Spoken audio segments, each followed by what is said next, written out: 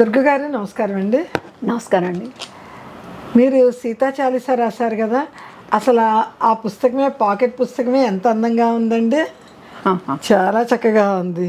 ఇది భద్రాచలం గుడి అండి. హాయిగా మనం ఒక హ్యాండ్ బ్యాగ్లో పెట్టుకొని వెళ్ళిపోవచ్చు, ఎక్కడ కూర్చున్నా చదువుకోవచ్చు, ఆ సీతమ్మ తల్లిని వేడుకుంటూ ఉండొచ్చు. మీరు రాసిన విధానం గురించి కూడా చాలా చక్కగా అద్భుతంగా వివరించారు. అసలు సీతా చాలీస ఒకసారి మాకు చదివి వినిపిస్తారు? తప్పకుండానండి.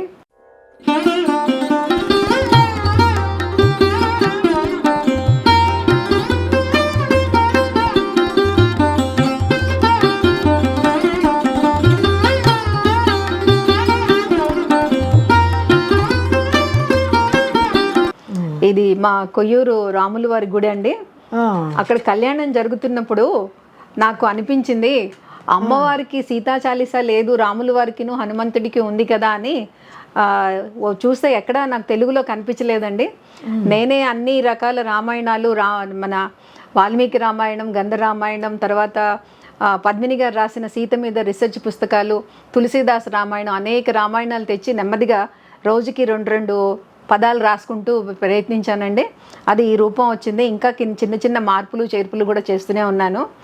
సీతా చాలీస అమ్మవారి యొక్క పుట్టుక దగ్గర నుంచి మళ్ళీ అమ్మవారు భూమిలో కలిసేదాకా అమ్మవారి అవతారం గురించి రాయాలి అని ప్రయత్నించానండి. జయము జయము శ్రీ జానకి మాత అవనిజాత అగ్నిపునీత, అయో నిజవుగా అవతరించితివి, రాముని సతిగా భాషించివి, ఆది లక్ష్మి అవతారము నీవు, అఖిల జగాలకు అమ్మవు నీవు. అమ్మవారు సాక్షాత్తు ఆదిలక్ష్మి అవతారం రావాలి కాబట్టి, విష్ణువుకి పక్కగా రావాలి కాబట్టి అమ్మవారు లక్ష్మీదేవి సాక్షాత్తు రాముల వారు విష్ణుమూర్తి అయోనిజగా జనకుని ఇంటికి రావడం అనేది జరిగింది. జనక మహీపతి జన్మము సేయగా పుడిమిని దున్నగా పుట్టిన దానవు, ఆటల పాటల హరుని చాపమును మంజూషముతో మలిపిన బాలవు. అంత పెద్ద శివధనస్సుని 500 మంది జరపలేంది ఈవిడ అవలీలగా జరిపేశారట. అంత శక్తిమంతురాలు. ఎందుకంటే అవతార పరాశక్తి అమ్మవారు, ఆదిశక్తి అవతారం.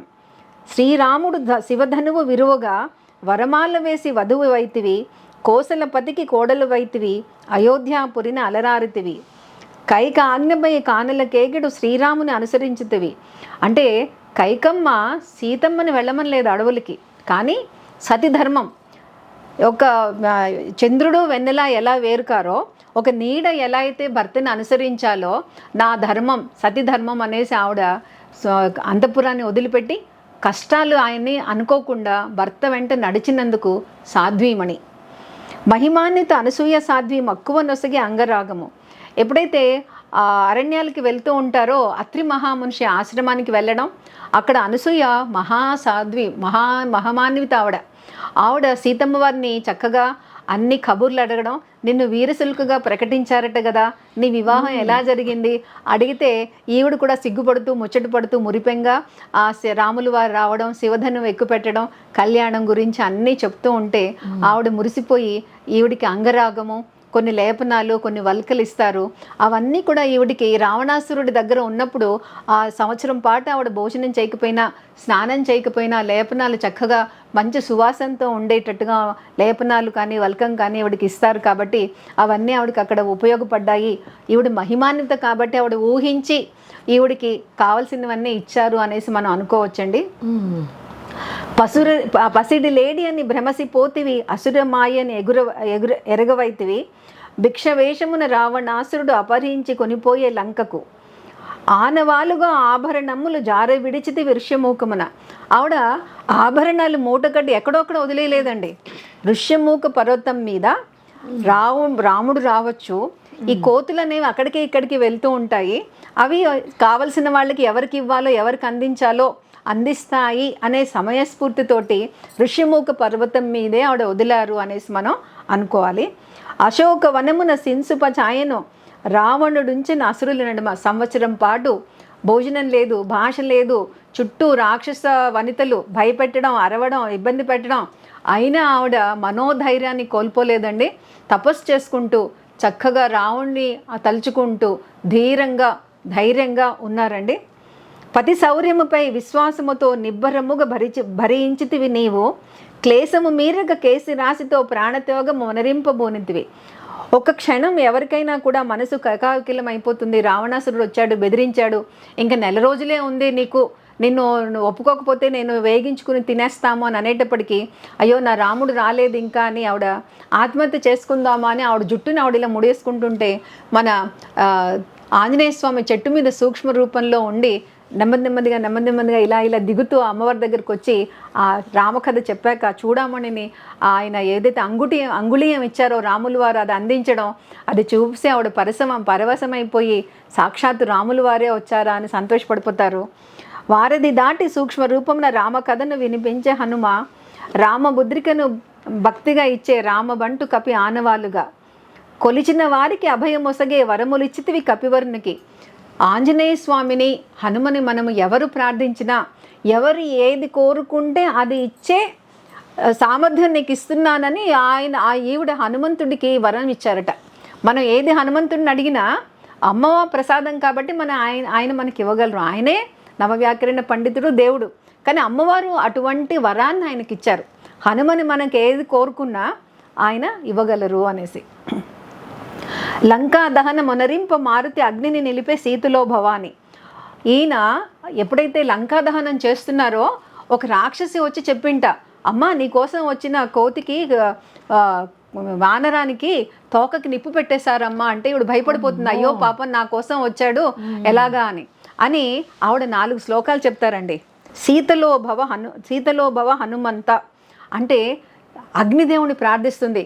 ఆయన నేను చేసేది ధర్మం అయితే, నా రాముడు చేసేది ధర్మం అయితే, నువ్వు హనుమంతుల వారు చేసిన ధర్మం అయితే సీతలో భవ, అగ్ని మా హనుమని ఏమీ చేయకూడదు అని ఆవిడ అగ్నిని ప్రార్థిస్తే ఆయనకి అసలు చల్లగా ఉందిట. హనుమంతుల వారు ఏంటి నా తోక ఎంత చల్లగా ఉంది, ఓహో రాముల వారి మహిమ, అమ్మవారి మహిమ, సీతమ్మ వారి మహిమ అనుకున్నారట. అలాగా సమయస్ఫూర్తితోటి ఆవిడ అగ్నిని ప్రార్థించి ఆయనకి అగ్ని మూలాన ఎటువంటి ఇబ్బంది కలగకుండా చూస్తుందండి. సేతువు కట్టిరి సుగ్రీవ సేన రామ బాణమది రావణ కూల్చను, సౌమిత్రి మూర్చిల్ల సంజీవి తెచ్చిన సకల సిద్ధులు కలిగే నీ వరమున, ఆనందముగా పతిని చేరితివి అగ్ని పరీక్షకు నిలిచితివి. ఇక్కడ రాముడు అగ్ని పరీక్ష కోరకపోయినా సీతమ్మ వారు రాముని మనసులో తన పాతివ్రత్యాన్ని అందరికీ తెలియచేయాలని ఉంది అనేసి ఆవిడే అగ్ని పేర్చమని అడిగారు. అగ్ని చల్లారి అగ్ని సీతమ్మ వారిని చక్కగా రాముల వారికి అందించడం అనేది మనం తెలుసుకుంటాము. శ్రీరాముని పట్టాభిషేకమున పట్టమహిషిగా పరిడవిల్లితివి, పరమ ప్రీతితో మణిహారం ఒసగే మారుతికి చూపే వాత్సల్యమును. ఒక ముత్యాల హారం ఆవిడ ఇలా రాముల వారికి చూపిస్తారటండి పట్టాభిషేక సమయంలో. రాముల వారు కూడా ఇలా సౌగ్య చేస్తారట సరే అని. అది జనకుడు ఇచ్చిన ముత్యాల హారాన్ని కౌసల్యాదేవి బంగారంతో దాన్ని చక్కగా ఒక హారంగా చేయిస్తారు. అంత ప్రీతి పాత్రమైన హారాన్ని హనుమకి పుత్ర వాత్సల్యంతో కృతజ్ఞత, నా కోసం ఇన్ని యోజనాలు దాటొచ్చాడు, తల్లిగా నాకు ఎంతో ప్రేమని సంతోషాన్ని ఇచ్చాడని ఆయనకి ఆవిడ పుత్రవాత్సల్యంతో ఆ మణిహారము ఆ యొక్క ముత్యాల హారాన్ని ఇచ్చారట. ప్రజల వాక్యమే రాజధర్మమని కానల కంపెను చూలాలిని అంటే ఇప్పుడు ఒకళ్ళు అన్నారు, ఇంకొకళ్ళు అన్నారు, ప్రజలంతా ఇలా అనుకుంటే సీతాదేవి బాధపడుతుందేమో, ఆ పుట్టిన పిల్లలు మదన పడతారేమో అనే ఉద్దేశంతో రాముడు వాల్మీకి ఆశ్రమానికి పంపించాడు అనేసి చెప్తారండి. లవకుశులను వాల్మీకి ఆశ్రమాన వీరులుగా రఘుపతికి అందించను. ఆ పిల్లలకి ధైర్య సాహసాలు, అస్త్రశస్త్రాలు అన్నీ కూడా వాల్మీకి గారి ఆశ్రమంలో నేర్పించి చక్కగా వీర పత్నిలాగా, వీర మాతలాగా రాములు వారికి పిల్లల్ని చక్కగా అందిస్తుందండి ఆవిడ. ధరణి జాతవు ధాత్రిని చేరి అవతారము చాలించిన మాన్వి. చిన్న ఆత్మగౌరవం ఉంటుంది కదండి. రాముడు మళ్ళా నువ్వు సభకిరా, నేను ధర్మం తప్పలేదు అని చెప్తే నేను ఏలుకుంటాను అంటే ఆవిడ ఆత్మగౌరవం కాపాడుకోవాలని 3 సార్లు నేను ధర్మం తప్పని దాన్ని అయితే అని తల్లి నువ్వు వచ్చి నన్ను తీసుకెళ్ళు అని భూమాతను అడగడం, ఆవిడ తీసుకెళ్ళిపోయింది, అవతారం చాలించారు అని చెప్తారు. పతినే దైవముగా భావించి సతీమ తల్లిగా వర్ధిల్లెతవి, ప్రాణప్రదముగా ఆ రఘురాముని అంతర్యం ఎరిగిన అర్ధాంగివి నీవు. అది అవతారానికి అవసరంగా రావణాసురుడి చెరలో ఉన్న, అగ్ని ప్రవేశం చేసిన, మళ్ళా అరణ్యాల్లో వదిలిన పతి యొక్క ఆంతర్యం ఏంటి? రాజధర్మం. రాజు ఏం చెయ్యాలి, ఒక రాజు ఎలా ఉండాలి, ఆయన ధర్మం ఏంటి, ఆయన ధర్మం పాటించడమే భార్యగా నా ధర్మం అని నువ్వు ఆంతర్యం ఎరిగిన అర్ధాంగివి నీవు. సీతారాముల దాంపత్యం అది ఆదర్శమయ్యే అవనీతలమున. భార్యాభర్తల అనుబంధానికి ఒకళ్ళకొకళ్ళు ఏ విధంగా మమేకపై ఉన్నారు అనేది ఒకళ్ళకొకళ్ళు విడిగా కాకుండా ఇద్దరు మనసులు మాట్లాడుకుంటాయి అని వాల్మీకి వారు చెప్తారండి. మాట నోటితో కాదు, కన్నులతో కాదు, వాళ్ళ మనసులు మాట్లాడుకుంటాయి. అంత ఆదర్శ దాంపత్యం అనేది మనం ఇంకా ఎక్కడ ఏ అవతారంలో కూడా చూడము. కాబట్టి వాళ్ళని మనము ప్రార్థిస్తే రాముల వారిని, సీతమ్మని, ప్రతి భార్యాభర్త కూడా అన్యోన్యంగా ఉంటారు. నీ గుణగానము చేతు సత్యము, నీ చరణమ్ములు స్మరింతు నిత్యము. శ్రీరామ పత్ని జనకస్య పుత్రి, భూగర్భజాత భువనైక మాత. నిన్ను కొలిచినచో మాయలు తొలగును, మర్మము తెలియను, మోక్షము కలుగును. అంటే జ్ఞానము, భక్తి, ముక్తి కూడా అమ్మవారిని కొలిస్తే వస్తాయండి. త్రిగుణ సంపన్నవు అంటే త్రిగుణాల్లో మనము ఎప్పుడైతే అన్ని గుణాల గురించి అమ్మవారి గురించి చెప్తామో, తమో గుణం, రాజస గుణం, సత్వగుణం అనేసి అన్ని సంపన్నురాలివి, పరమపావని, ఆనందకారిణి, సౌభాగ్యప్రదాయిని. అమ్మవారిని కొలిస్తే ఆనందం అండి. ఆనందం అనేది అష్టైశ్వర్యాలు కలిగిస్తుంది అమ్మవారు. రామాయణ కథ ప్రవిస్తరం, సీతా చరిత్రయే మహత్తరం. మొత్తం రామాయణంలో సీతమ్మ వారు లేకపోతే రామాయణం లేదండి. అది మనకి బాలకాండ తీసుకున్నా, అయోధ్యకాండ తీసుకున్నా, అరణ్యకాండ తీసుకున్నా, కిష్కింధకాండ తీసుకున్నా, ప్రతి చోట యుద్ధకాండ, ప్రతి చోట అమ్మవారు ఉంటారండి. అమ్మవారు ఉంటేనే అది రామాయణం. కాబట్టి సీతాయ మహచరిత్రం అన్నారు వాల్మీకి వారు. పద్యము గద్యము ఎరుగని దుర్గకు నాకు, నిన్ను కీర్తించే భాగ్యమే భాగ్యము. నాకున్న పద సంపదకి భాషా భావం లేదండి, అమ్మవారి దయమూలాన రాయగలిగాను. సీతా చాలీసా పఠనం సర్వాభిష్టప్రదం, సర్వదుఃఖహరం, పుడమిన అది అజరామరం, ఉద్భవస్థితి సంహారకారిణీం, కేశహారిణీం, సర్వశ్రేయస్కరీం, సీతాం నమో నమః, శ్రీరామవల్లభం. శ్రీరాముడి మనసులో ఎప్పుడు కూడా అమ్మవారు మనసులో రాముల వారు. కాబట్టి వాళ్ళిద్దరిని మనం ప్రకృతి పురుషుల్ని వేరువేరుగా కాకుండా అమ్మవారిని చేస్తే అయ్యవారిని పూజ చేస్తే అమ్మవారిని. కాబట్టి సీతారాములు, జానకి రాములు అని అంటారండి. ఆ అమ్మవారిని మనం ప్రార్థిస్తే మనకి సకల సంపన్నలు, అష్టైశ్వర్యాలు, మానసిక శాంతి అన్నీ కూడా సమకూరుతాయి. జై సీతారాం, జై జానకిరామ్. చాలా అద్భుతంగా రచించారు, అద్భుతంగా పాడారు అండి. చాలా చక్కగా విన్న కొద్దీ వినాలనిపించింది. దాని ఫలితం కూడా ఎంతో గొప్పగా చెప్పారు. చాలా అందరం పాడుకుందాము, అందరం ఫలితాలు పొందుదాం. శ్రీమాత్రే నమః. విజయశ్రీ గారు, ఈరోజు మన సదాశివ కుటుంబంలో అమ్మవారి పుస్తక రూపంలో ఎవరింటికి వెళ్తుందో తెలియజేయండి.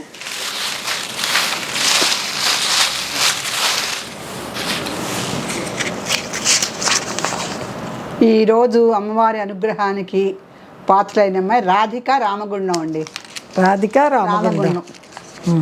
రాధిక గారు, మీకు అమ్మవారి పుస్తకం త్వరలో వస్తుంది. ఓపిక్గా ఎదురు చూడండి. ఇవాళే లాటరీలో మీ పేరు వచ్చింది. రామగుండం కనుక హైదరాబాద్ దాటి రావాలి పుస్తకం. కొంచెం సమయం పడుతుంది. ఓపిక్గా ఎదురు చూడండి. ఈ లోపల అమ్మవారి ధ్యానం చేసుకుంటూ మేము అందించే నామామృతాలన్నింటినీ వినండి. అమ్మవారు త్వరలో మీ ఇంటికి చేరుకుంటుంది.